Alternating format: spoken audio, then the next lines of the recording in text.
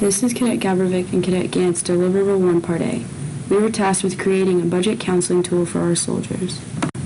First, I'm going to go over our influence chart, and then I will be showing you our Excel workbook. I will go over the basic layout of our Excel file and a quick overview of the code we will be using.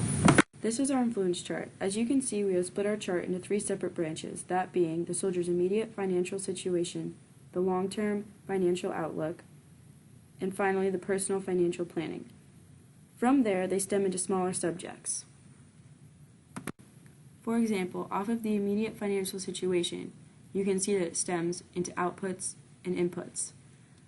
Off of the outputs, you can see things like the salary, which then goes to a pay table, which is then put in to years of service and rank, as well as deployment hazard pay, which can be used to find with the location.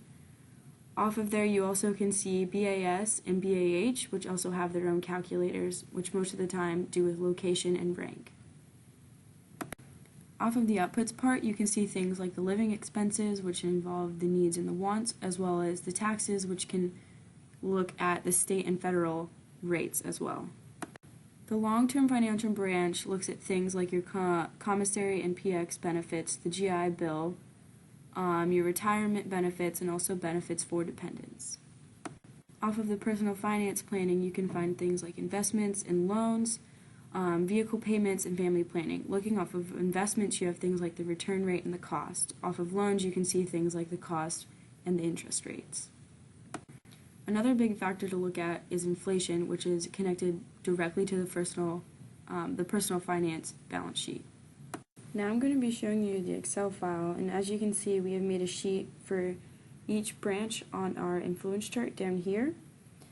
And on each of those, you can see that we have separated it into the inputs and the outputs, and what we're going to be able to do here is put values in here that we will be calculating on charts such as the pay chart that we worked on. These also are going to have links to websites. Like here, you could click this link right here and it'll take you to the BAH calculator because there is no chart to use to be able to find this. So you'll type in whatever your location is and things like that and get a number out from there, which then can go into here. We have that going on for each of these slides, which will then end up on a final balance sheet. This is just a quick example of some of the coding that we're going to be doing. So what we did was input this chart into here. Then what we were able to do is put little drop down arrows here where you can choose your rank and your years of service.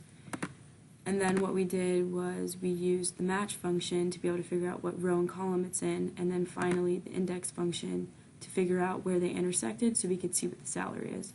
And we'll use functions like this to be able to put into things here like our salary, so we're able to take this box here in Excel and bring it to here, and then finally in the end we'll be putting it all on this balance sheet. Lastly, here are our references. We pretty much just used one other cadet to set a couple things up. Thanks.